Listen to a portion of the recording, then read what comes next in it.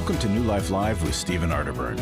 For 35 years, New Life has been transforming lives one at a time thanks to the giving hearts of you, our listeners. Our goal is to provide you with wisdom from God's Word to give you hope and help in life's hardest places. If you have a question you'd like to ask today, our phone lines are open. Call 1-800-229-3000. That number again is 1-800-229-3000. Now here's today's host, Becky Brown. Hello, everyone. I am so glad that you decided to tune in today. I am joined by Chris Williams and Dr. Jacqui Mack-Harris, and we are just excited to talk to you. You know, our co-hosts are so wise, and Chris, you were just telling me I get the front row seat because I get to hear you all on a daily basis, and I love hearing from you. Today, we're going to hear from you, Jacqui. What's on your mind? Imposter syndrome, or the imposter phenomenon, some people call it. I've been doing some research on that, and one of the things that has been surprising, not surprising to me, is how important the way a parent talks to their child really is. So I've noticed that sometimes parents say things jokingly that they don't realize is actually impacting their child, or they say something as a one-off that they don't realize is going to stick with them.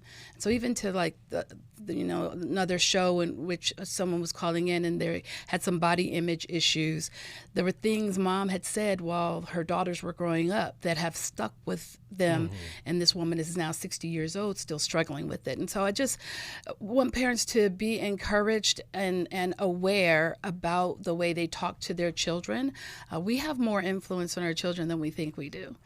And I have encountered so many people who doubt their own worth because of things their parents have said to them. You can't do that. You'll never be good at that. No, that's going to be too hard for you.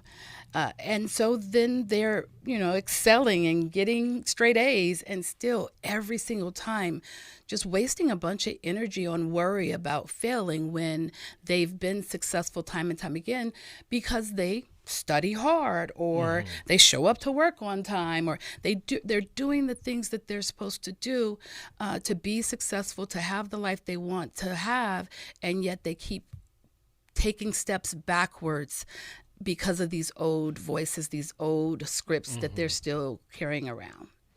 Yeah, and I find so much of the imposter syndrome is the old message of not enough, not good enough. Which also leads to other messages like you don't have what it takes, or a very common one in imposter syndrome, you don't belong. You don't belong. You don't belong here. Right. And as a Black woman, I know that one rings in my ear, but it doesn't ring true. I had a different parental experience in that area. Yeah. And so I've just always been of the mindset, if there's not a seat at the table for me, I'll bring my own chair. I love it. Absolutely. And I think the huge aspect that's missing here is something that we fear. We fear the antidote to the imposter syndrome. Acceptance. Yeah. Ding, ding, ding. Yes. We believe that acceptance, I think the fear that we have is that acceptance is going to lead to complacency. Acceptance will make our fears true, like you really don't have what it takes. Or that acceptance stops progress. Yeah, exactly. Acceptance gets us connected to reality. And reality is the raw material of progress. You can't make a change in something you haven't accepted exists. It's actually, again, the warning I have against all of our self-help culture, which we're a part of, or optimization culture. It's like, and so what people end up doing is they get addicted to learning more things and never doing anything. Never being in their experience. And so because they've never gotten to that acceptance piece. Yep. Yeah. Wow, that'll preach. And, it just reminds me of our identity in Christ, who God had created us to be, and to live in that imago Dei, right? Yes. That's who we are. But that imposter syndrome, just like what you just said, we get caught up in that just messaging. But thank you, Jacqui. That's so good. We're going to take some calls right after this. Hi, this is Steve Arterburn, and for over 34 years, New Life has been the most trusted name in Christian counseling. Your ministry has saved my life. If you struggle with emotional hurt, family, or marriage problems, the pit of depression, or the pain of addictions, we can help. I'm down 100 pounds now from what I was. Our treatment programs provide clinically appropriate solutions from licensed professionals, all in a biblical framework. I have had problems with alcohol. I think God has ordained this place to be His. You don't have to be a prisoner of your pain. Help is available at 1-800-NEW-LIFE. She tells me that I'm a new man, and I feel like a new man. It worked for me, and it can work for them too. This time it is different. If you're ready to take the first step towards genuine spiritual and emotional healing, call us today at 1-800-NEW-LIFE. God can open the door to a better tomorrow. Call 1-800-639-5433.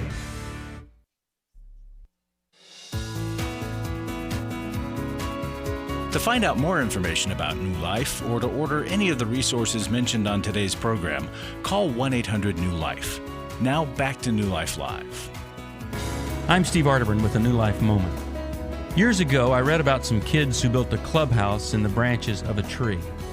Wise, far beyond their years, these boys and girls came up with a few simple rules of how to behave in this lofty little shelter. Number 1, nobody act big. Number 2, nobody act small. And number 3, everybody act medium. That's pretty solid counsel for us adults. We're neither angels nor worms. We're all made in the image of God, yet we're all deeply flawed. We're all entitled to dignity and respect, yet we're all in need of mercy, patience, and understanding. Having an accurate estimation of yourself and others is the essence of humility and the foundation for strong interpersonal connections.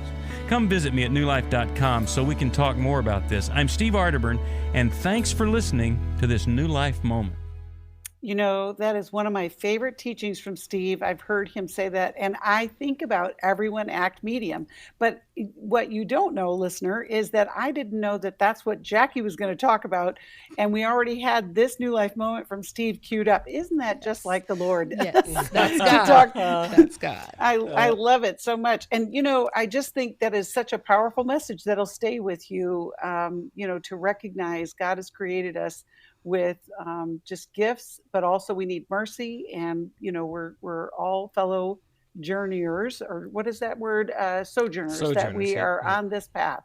Right now, we're going to go back to the calls, and we are going to talk with Lindy, who's calling us from California. Listens on Sirius Tehachapi. There you go, and she's calling us on Sirius XM. We are so glad that you called, Lindy. How can we help you today?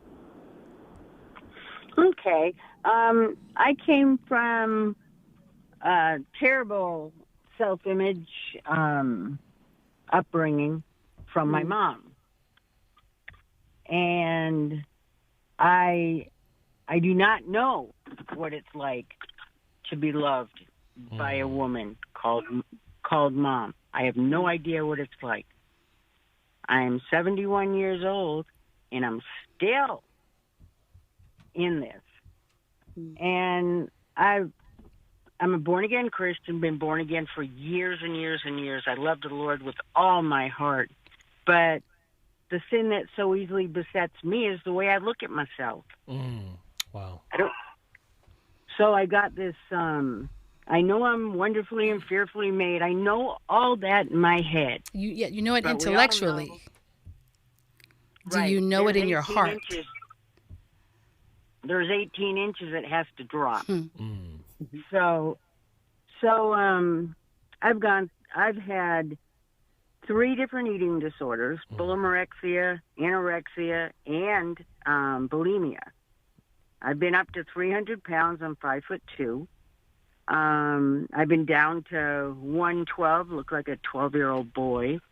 I've been binging and purging because I have to keep that image up so that I can feel good about me. Because growing up, my mom used to say things to me like, "You'll never amount to nothing. You're nothing but a whore. You're this." I was 10. And I'd go down to the pond. This is back in the day when we could go places when we were kids. And I'd go down there and I'd just be hanging out with everyone. Where you been out, whoring? Oh, my goodness. And then I'd go to hug her because I just needed a hug. I knew this was my mom and she was supposed to love me. So I'd put my arms around her and I'd lock my wrist. And she'd try to struggle to get my arms off of her and say, I wish I was so fat you couldn't fit your arms around me. And, I mean, it was bad. It really sounds bad. terrible. It sounds terrible, Lindy. How can we help you today?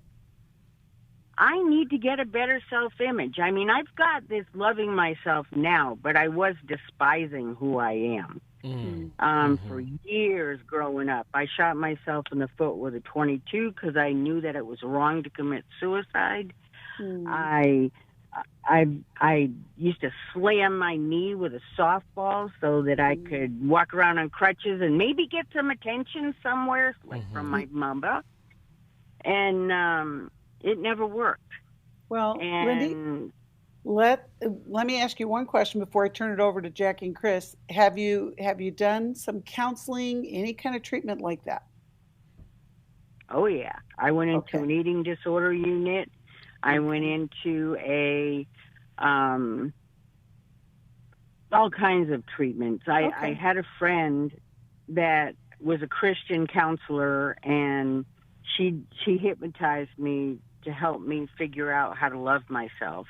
And so I went through that in 1989, and that helped me more than anything, because when I was coming back up after she brought and reassured me I wouldn't wake up flapping my arms like a chicken. And so as she brought me up from the 18-month recollection, my first recollections all the way up, she taught me how when I did something good, like took a step, something that simple, put my arms around myself and tell myself I love myself for that. And being a female, you could do that anywhere and nobody would give two thoughts about it. So I learned to actually love. Go ahead. Okay. So you've done some work, Lindy, but you still feel stuck. Let's hear what Jacqui has to say so we can, and then we'll go to Chris. Lindy, you said you learned to love yourself. However, what I'm hearing is that that's an intellectual learning as well. It still hasn't seeped in as a truth, as a reality that you are loved and lovable. You are finding physical ways to love yourself, like that caress for yourself, but it does not sound to me that you actually believe it. And I wonder if there's something you're still waiting for, a particular thing you think you'll feel when it's better.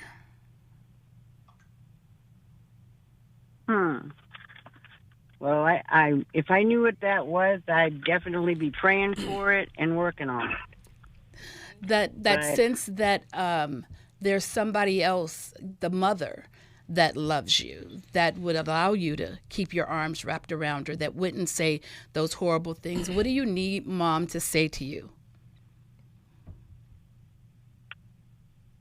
I just need to know what it's like to be nurtured, to be brought up, even though people I know brought up in the 50s, 60s. That can't happen, though. That can't happen. So where we are now, if you think about going back to 18 months to that dawn of conscious memory and moving yourself forward to where we are today, the genre of your story seems like it was kind of a horror story.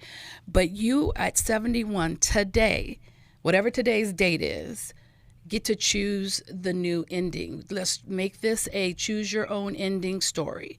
What do you fantasize about going forward? Because we can't go back and get that nurturing. You can love yourself. You can tell yourself every day, I have a right to take up space. You can tell yourself every day, I'm fearfully and wonderfully made. You can tell yourself every day that my weight doesn't matter, my heart matters. But if you aren't actually believing that, you may not be making any change. So What do you want the story to look like going forward? What do you want to be saying to yourself now, rather than, were you out there whoring? You weren't. You were 10. So what are you now? You nurture you. What do you say to that 10-year-old part of you if you were mom? Well, I would like to know.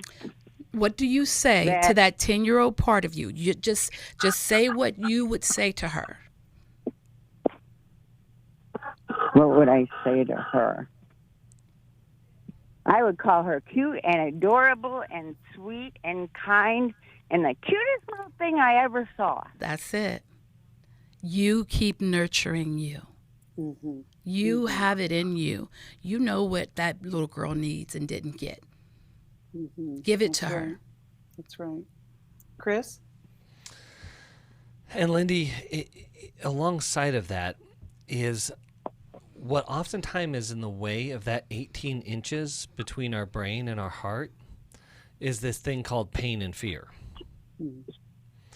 And you're telling me just a couple snippets of your childhood, and I am deeply pained by what you're sharing. And I'm afraid for how that little girl has to live with that mom. Absolutely. Absolutely. And I think that there could possibly be more an ongoing work. And I want to balance something out here with expectation. I was just having a conversation with my good friend of mine about this yesterday.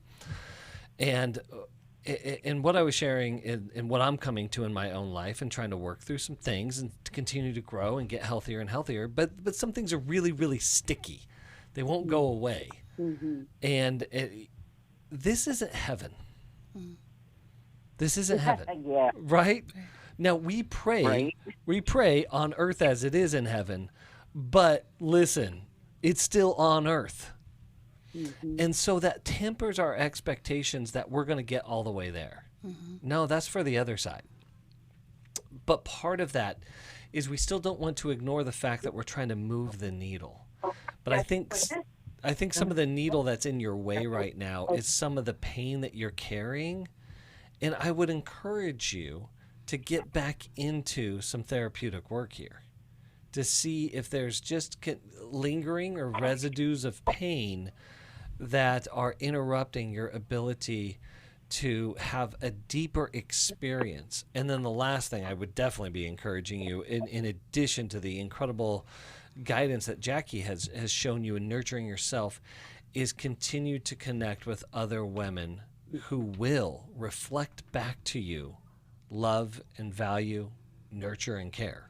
And doing that therapy can help with that, because my assumption, and I could be wrong, but my assumption is you've chosen relationships that are more likely to mirror your mom. Yeah. Than the ones that would mirror a more nurturing parent. It looks like this. If this other abusive, mean person can love me, it can reverse it. Yeah. It's like, nah, that's not how it works. Doesn't work. Yeah. And we typically, marry or get into relationship with our caregivers, and that allows us to have some corrective experiences.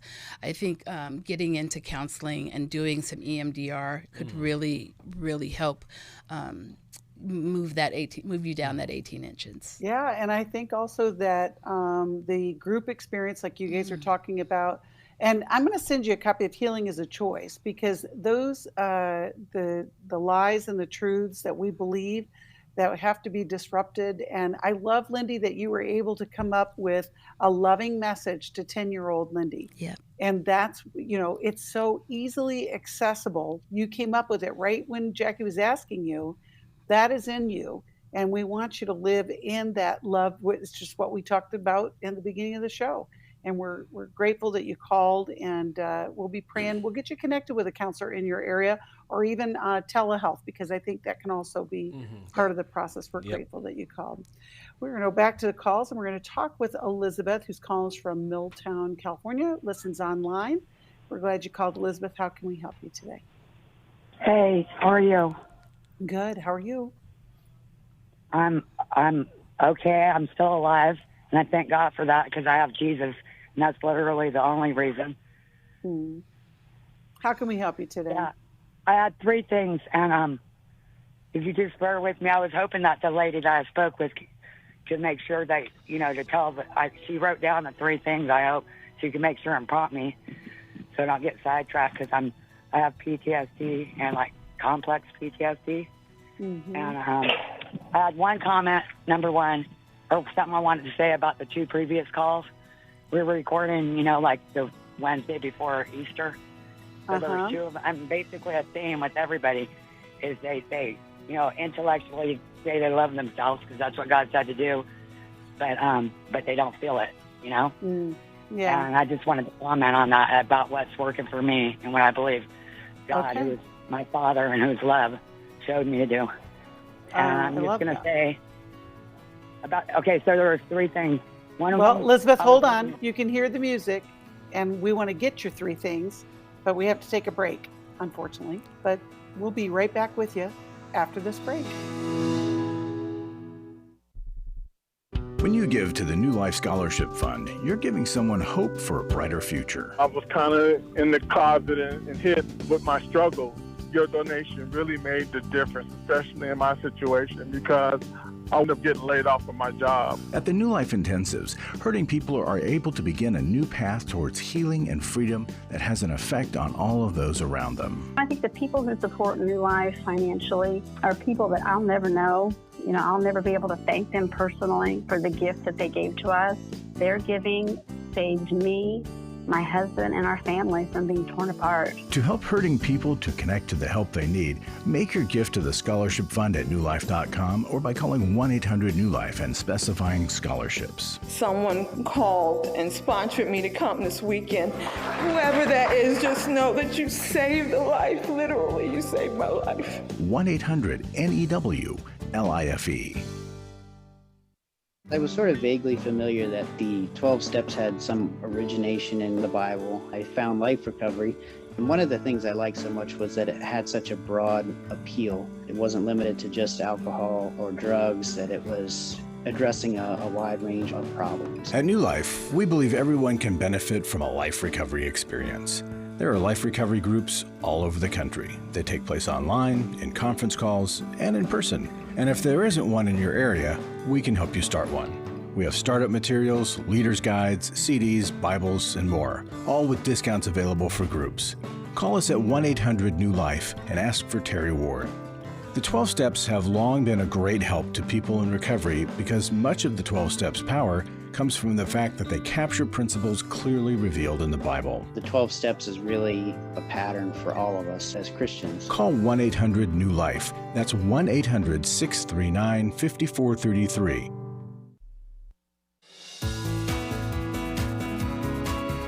We'd love to hear from you. If you have a question or a comment, call toll-free 1-800-229-3000. Now back to New Life Live. Welcome back. I have told you all about our matching gift that campaign that we have going on right now. And I just want to encourage you, if you've never given to New Life, you will be making a difference in the lives of so many people if you give to the matching gift.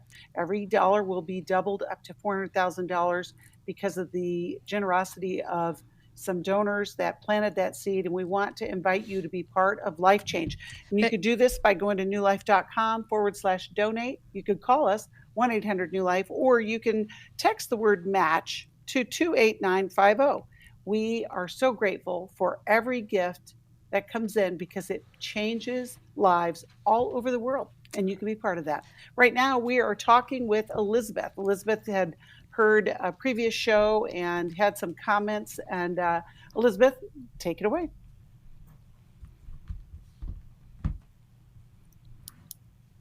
Are you there, Elizabeth? Well, we must have lost her. I know she was commenting on some self-talk. Let's see. Elizabeth, are you there? Yes, I am. There you are. Okay, great. Go ahead. Yeah, isn't that a common theme in my life? I'd be talking and no one can hear me. I feel like a ghost.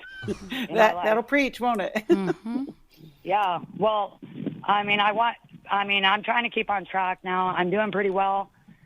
But I did have a stroke a year ago in February, Wow. And not only that, I have ADHD, and not only that, I'm completely and utterly traumatized and devastated by what's going on in my life right now.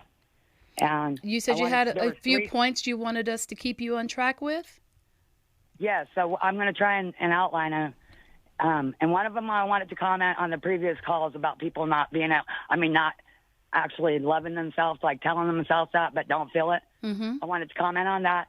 And the second part was going to be about scapegoat syndrome. Basically, some people are named scapegoat in family systems, and it follows them their whole life. Yeah. And that's the other thing, and I don't actually want to debate it. It's a thing, because I've experienced it, and there's other people that have too. And if you haven't experienced it, you don't recognize it, and people get further traumatized. And we can't even get help from the church because it's covert stuff at home. And we agree with you, Elizabeth. The third point, that was two parts. I'm sorry, I got to keep on track real quick because I'm trying to outline it. And the third part is like narcissism, in the system where you're someone's scapegoat, and it's basically like anyone that doesn't deal with their own stuff and projects it on one person, and one person's named it in a family. That part of it. But I'm talking about the spiritual, basically demonic, I would call it, paranormal part of it that is going along with it right now too. And I'm experiencing all three of these things. And all that. I'm literally experiencing it here. The Wednesday before Easter, and I know we're having that eclipse coming up on the 8th. I don't know when the show is supposed to air. Do you? Well, so Elizabeth, do you have a question that we can answer today? And my other question is, do you have support around you as you are dealing with some of these things?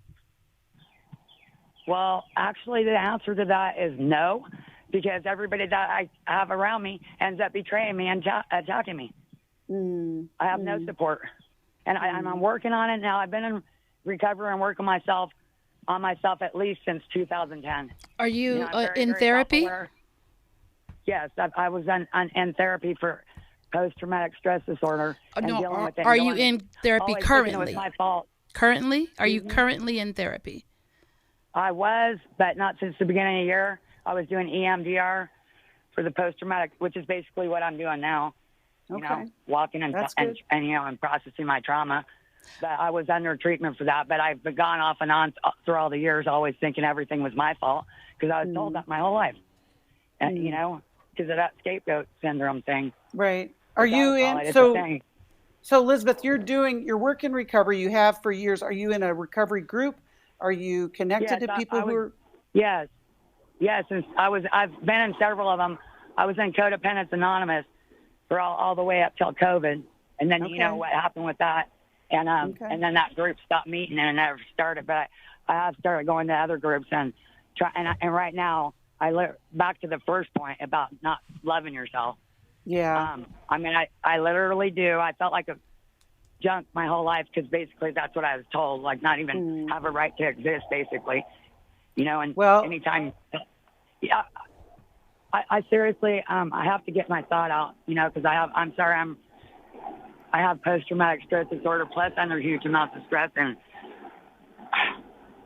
I just wanted to say that is what has saved my life through all this, because the people closest to me just hate on me and will literally show me zero love or support me, or they can, basically steal stuff right in front, mistreat me. So Elizabeth, let me jump in really quickly.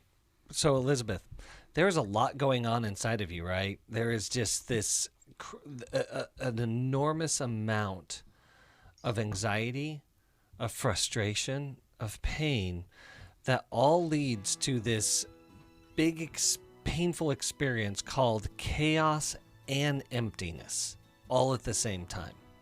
That's a real problem. That's a real condition of deep suffering. And so I just want to encourage you to continue to seek out the both medical and therapeutic help that would support you and that you need from a lifelong experience of trauma to help bring a greater sense of calm and peace. This idea of serenity actually is the cornerstone of recovery, both in addiction and, as I see, in trauma recovery. So I'll leave you with this. It's from Psalm 34, and we'll go to a break right after this. Seek peace and pursue it. And we'll come back right after this. For most of my life, I've been dealing with an opiate addiction. Why is opioid addiction quickly becoming one of our nation's biggest killers? Maybe it's because it isn't only those who are addicted who are in denial. We did what I see so many parents do, is it can't be an addiction. There's something medically wrong. It's impossible to solve a problem when you don't know what you're up against, and families will try to find any explanation except the one that will put them on the right path. Alcoholism and drug addiction is a family disease. It doesn't affect just the individual. If someone you love is abusing painkillers, know what you're up against. It's time to admit its addiction and seek treatment. Call us today at 1-800-NEW-LIFE. We have partner treatment centers around the country. Call 1-800-639-5433 or visit us online at newlife.com. We just made a decision. We will do whatever it takes. 1-800-NEW-LIFE. I have given to New Life regularly because I have so many people that I am referring to New Life who so benefit from the ministry. I just can't imagine what would happen in my area if New Life wasn't available to us. You can help New Life Live stay on the air by joining Club New Life today.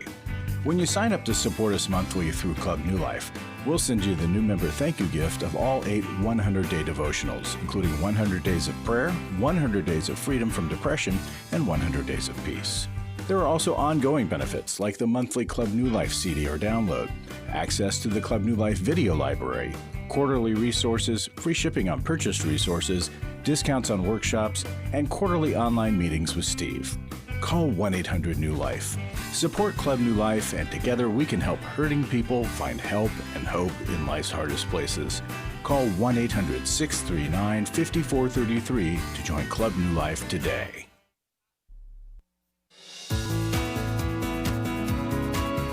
We're glad you joined us for New Life Live. To be a part of the program, call 1-800-229-3000. Now back to New Life Live.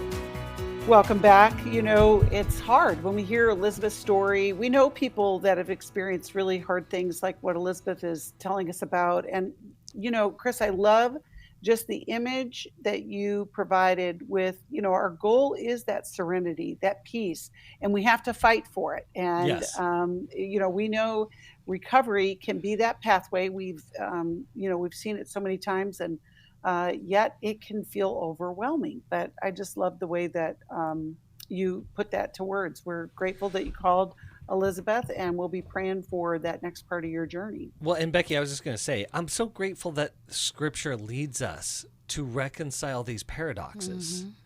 Is peace isn't something that happens to us. It clearly says seek peace. Pursue peace with others. Yeah. There's a line in Hebrews that says strive to enter God's rest. Striving and resting seem paradoxical, but I think in our world today, learning how to rest and rest in God is going to take work. Right. Yeah. Right. You know, we talk about attachment styles here, and when we talk about secure attachment, I think it is another way to say interior peace. It's, Yes. you know, I am Yeah. securely attached, and therefore I will have peace in my life. And we have to work towards getting grounded and getting secure. And those of us who are believers, our security is in Christ, and we can lean into that peace that passes all understanding, even when people are not kind to us, that life is challenging to us, when we've experienced great losses. We can have this peace that doesn't make sense. And go ahead, Jacqui. I wanted to share something thinking about what you were saying earlier about the match. So that people understand how important the giving is. I had a client that got a scholarship to go to the Emotional Freedom Workshop, and it really did for him what we're talking about. He was able to find that peace. He was able to find that personal acceptance and to settle down inside and find that calm, so that then he could actually work through some of the really hard things he was going through, and then having that group connection aspect was so important. And so I just wanted to make that connection, because the giving allows us to be able to do more for more people. Yes. And I just, it's so important because people are needing that connection.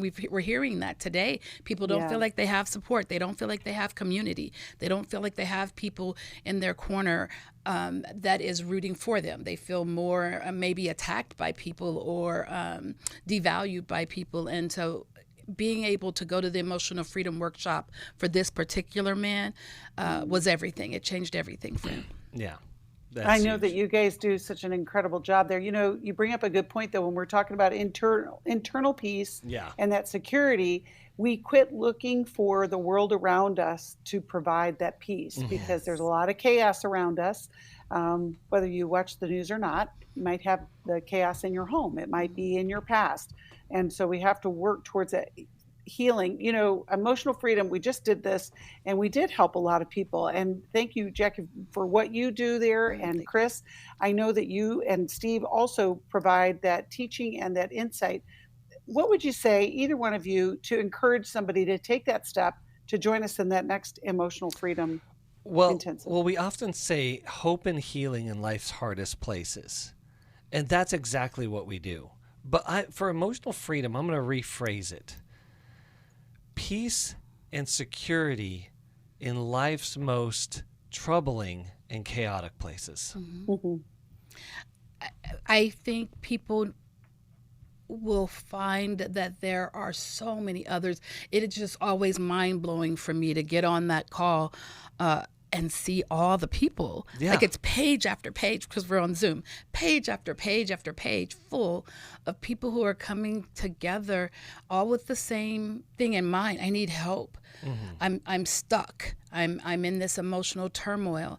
And I think we help them figure out what it takes to get unstuck, which is moving through the emotion. And I think that that's a big learning piece for so many people, because they're just wanting to shove it down and have it go away. And they're getting to learn about the discomfort of healing. Yeah. And I find that the Mount Everest of relationships in our life will be the self. And emotional freedom is helping you climb that mountain to get to more peaked moments where you can say, I like me. I like living in my skin. I like living in my experience, and I can do this and move forward. I love it. Well, if you want to join us on the next one, it's going to be in June. I don't know the date right off the top of my head. June 1st. Oh, thank you. I figured one of you would know. June 1st. And it's online. And, you know, if this is a step that you want to take to move forward in your own healing journey, I want to see you there. And we're so grateful for Chris and Jacqui and just their wisdom that they share, and Steve as well. We're going to go back to the calls, and we're going to talk with Joe, who's calling us from Suwanee, Georgia, and watches us on YouTube. And we're grateful for our YouTube viewers. And if you're there, click that like button and subscribe. It helps get the word out and helps so many people.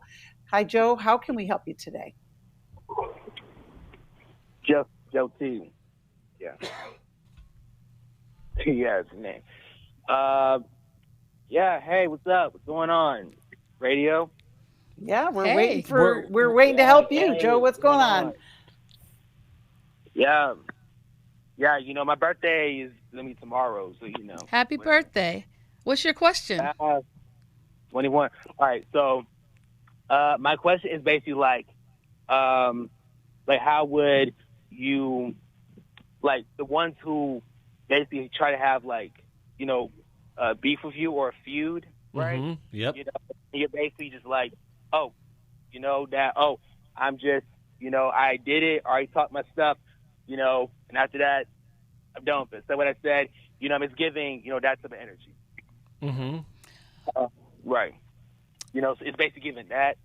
And, you know, I was just wondering, you know, how you would basically deal with it. You know, even though I kind of took it out, you know, with like music or whatnot. Yeah. But, well, okay. Well, Joe T., that's a big question, but a very, very important one. Because what do we do with people who are either have harmed us or threatening to harm us or may harm us, right? I mean, I'll just say it was more of like it's more of like a sister, ex-boyfriend, whatever. Yeah, sure. Sure, but he poses some sort of threat regardless. Now, you may be able to handle him physically just fine. That may not be the issue. But but how do we resolve with people who have beef with us? And oftentimes this can be very difficult. It can be difficult for me because I oftentimes want to exact revenge. I want to get him back. I want to make him pay. Vengeance is mine, saith the Lord, and I want to be about the Lord's business. But I forget about what that verse says in Romans ahead of that. He says, having beef, if I can use that language, carrying this anger and frustration and resentment is like coals on your lap. But we must let go and forgive because we're going to leave room for God's justice. But part of this, too, is that one of the most important things that we can invest in our life is energy. I've talked about our return on. We can talk about ROI, return on investment, ROT, return on our time, or our ROE, our return on energy. And it is our most valuable and scarce resource. We need to set boundaries, but also be clear in our life. My energy is limited in any given day, and I must protect it and put it towards the things that are worthy and eliminate the things that are unworthy of it. And so, and I think, you mentioned, I think I heard that you're turning 21. Congratulations. Public service announcement, drink responsibly. But to that point, it's like this is a really, really good time in your life to start figuring out what are energy drains, what are energy givers, and what do I want to spend my energy doing and being a part of? Because I may want, if I'm myself, I may want revenge or vengeance on this other person and exact justice. But let me be honest, that's going to take a ton of my energy. And that's energy that may be well invested somewhere else. I love it. Jacqui, you got a quick thought? I agree with everything Chris just said. And I don't think about vengeance as much as I think about cutoff. So if it's not working for me and if it's dangerous for me, I'm not going to give it my energy. My peace is a priority. Yeah. And Joe, I would encourage you to be the man that God has called you to be, as opposed to being in reaction, everyone around you. I mean, that is what we really are called to be, responsive, not reaction. And boy, there's a lot of energy, like you said, Chris, that comes into reactive living. Yep. And that is contrary to peace. We're glad you called, Joe. We're going to send you a book. We'll be right back after this. We all face days where life throws us a curveball and our routines or plans get disrupted. Things we wanted to do are forced to take a backseat to the unexpected demands of the day. If you normally listen to New Life Live on a radio station, well, you might not be able to that day. And on these hectic days when you're feeling stressed or frazzled, hearing the sound of counsel given on New Life Live is just what you need to navigate the unexpected things of life. Every time I'm troubled or I have a problem, I'll cut on New Life, and there's always something that is said that is helpful to me. By listening, I have learned more than I can ever express about how God wants me to live. Download the New Life app for the easiest way to listen wherever you are and at a time that's convenient for you, or watch the show on our YouTube channel. You can even subscribe to our podcast from your favorite podcast provider. You never have to miss a day of New Life. Wherever you are, we are. Dr. Heidi Summers on coaching. A lot of people don't understand the difference between counseling and coaching. Coaches can help you with strategizing. Not everyone is in a crisis or recovering from a trauma. A lot of people just need help getting to where they want to be, and they don't know how to do that. And so it's helpful to have a third party come in to give objective feedback, set goals, create accountability, and help you walk out what your goals actually are. If you need a coach for life, your career, relationships, your health and fitness, leadership, and more, call New Life today and ask about the New Life Coaching Network. Our coaches have been trained and screened with the same intensive process we use for our network counselors. Coaches are intended to help you live in the present and goal set toward what it is you want for the future. Take control of your life and take action to achieve your goals. Call 1-800-NEW-LIFE and talk to us about getting a New Life coach today.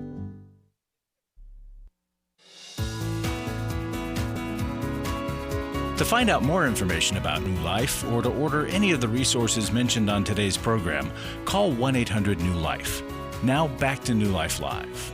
Welcome back. I mentioned that because we air at different times, people listen at different times, we have set up a way for you to let us know what your question is when we are not live. And you can go to newlife.com/radio and get all the instructions there. Or if you're watching online, you can see the QR code and it'll take you to that place. Right now, we're going to hear a voicemail from Kathy, who left this message. My name is Kathy, calling from Miami, Florida. My question is, how can I know if my son is acting out with porn? He has been to Every Man's Battle twice, online, year before last, and then last year he went in person. He is in the recovery group. I pay for his group meetings, but I noticed of late that he hasn't been attending the meetings. And this is a little triggering for me because I experienced betrayal by his dad, his father. And I'm in therapy working through the trauma of that. But also I experienced deception from him when I discovered his porn addiction. When I talk to him about it, when I ask him, how he's doing, if the meetings are helping, we had a discussion about that, and he told me that it feels as if he's on trial and that I'm policing him, which I don't feel that it is that way. I really try to not cause him to feel shame. I just want to know how, if he's being helped. I don't know if I should be asking, but then it triggers me because it makes me feel as if the deception is happening when I don't see him continuing with the group meetings. So I just wanted to know, how can I know? Because it's making me feel unsafe because I'm being triggered. It's making me feel unsafe. So how can I know that he's not acting out, and then if I should even be asking him? Because I told him I wasn't going to because I didn't want him to feel shame, but then I realized it feels as if he was minimizing the hurt that he caused me by him saying that I'm policing him and that he really hasn't seen how he's contributed to the pain that I've experienced, that I'm now having to work through. So I would appreciate, some guidance with that. That's a great question, Kathy. We're glad you called in. Chris, let's start with you. Yeah, it is a great question, and I feel for Kathy because her greatest fears and pain caused in her own betrayal trauma, she is really worried about her son, but she's personalizing it with her son in a way that's not, at the end of the day, personal. And so she feels betrayed by her son because he's watching porn. And listen, he's definitely not living up to her expectation. But her response is a control response. How would I know? And I'm like, if it's in your house, there's definitely things that you can do. There is security modem programs out there where you can know exactly what IP address is being used for every single website visited through that modem. We have one of those in our home and in our office and all those sort of things. And so there's control factors, including, you could do something as easy as shut off your modem. And there's even apps that you can do that remotely in many of the things. So there's a lot of things you can do to protect and set boundaries around the use of illicit websites in the home. But his journey has to be his journey. There are 3 C's that we talk about in Al-Anon that are very applicable here. You did not cause this, number 1. You cannot control it, number 2. And number 3, you cannot cure it. Now, there may be some boundaries that you need to set where he's going to need to feel the weight of the consequences of what's going on. But he will feel, even if you just ask him a question about it, he will feel shame, because porn use is driven from shame and driven by shame. It drives shame and is driven by it, right? There's a cycle involved here. And so those around them are truly powerless until he faces up to what he needs to do to get the recovery that he needs.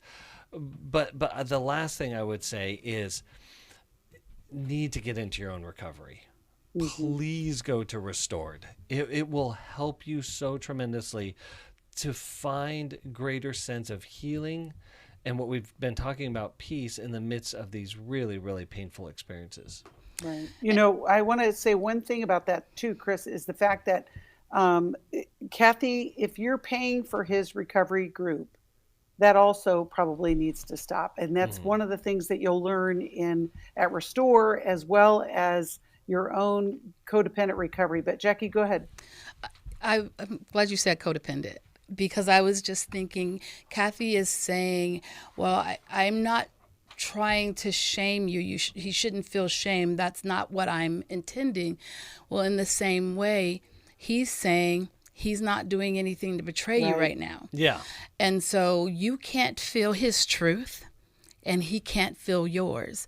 And so what you could do is take a step back from focusing on controlling whether or not he's using porn, and begin to focus on healing from the betrayal from your husband, because you're transferring what your husband did over onto your relationship with your son. Right. Yeah. And that's not helpful or healthy for either of you.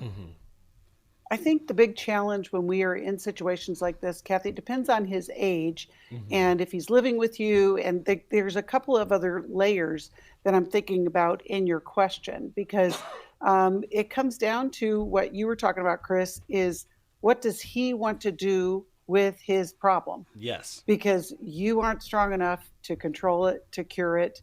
You know, and if you were, you would have done it already. I mean, you've provided a pathway.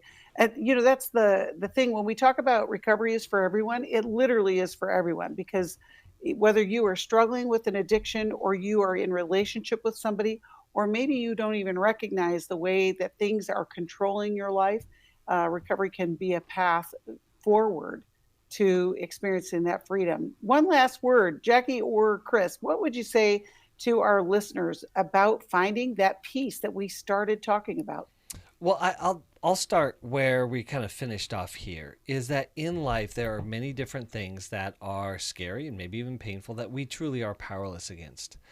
And when we come to these moments of surrender that recovery leads us into, we learn to surrender the things that we're not in control of. We also understand that there's a lot of things that have happened to us that we're not the cause of, so we can let go of the shame. We also understand that the last person, I'm a therapist, the last person on planet Earth I can cure is me. that I can't cure a lot of things that I need to go get help for. And there, I'm going to add one more C. But I don't want to contribute to any more harm. And so that's where the boundaries come in. So my contribution is going to be towards health and healing and growth and vitality and God's will. Yeah. So, but I won't contribute to that which is addictive and painful and harmful. And I need the wisdom to figure that out. I love that. Jacqui? Boundaries. I think that there are boundaries that mom can put in place in terms of what's okay for her and what's not okay for her. But again, she won't be able to control anything. And so set the boundaries and make choices in setting those boundaries with consequences. Make consequences that you can live with. Because if you say, if you do this, you got to get out, you want to be ready for him to do it, and you would have to follow through. Yeah. And if I can add one quick thing, in as much as it's up to you, live at peace with everyone, including yourself. Yes. I love that. I love that. Thank you, Chris. Thank you, Jacqui. Thank you, listeners. If you need something, you know where to find us, 1-800-NEW-LIFE, or go to newlife.com. We are grateful to be on this journey with you, and we'll see you next time. Thanks for listening. We hope this program has helped you by giving you insights for handling the challenges you face in your life. We want you to know that we're here for you, but you also need to know that New Life Live is a listener-supported ministry. To make your donation or to get any of the resources mentioned on today's program, call 1-800-NEW-LIFE. That's 1-800-639-5433, or write to us at New Life Ministries, P.O. Box 1029, Lake Forest, California, 92609. Please join us again tomorrow for New Life Live. Thanks for watching today. We love helping people. I hope you sense that. And we know that there's always hope if you find the right resource. Now, if something we've said to somebody else applies to you, that's fantastic. That's what we're hoping for. But also, if you want to join us directly, you can call 1-800-229-3000 between 1 and 3 Eastern Time, Monday, Tuesday, and Wednesdays. Those are the best times to get through. And while you're here on YouTube, check out these other videos that we've done to help people see where they could grow or a different path to take.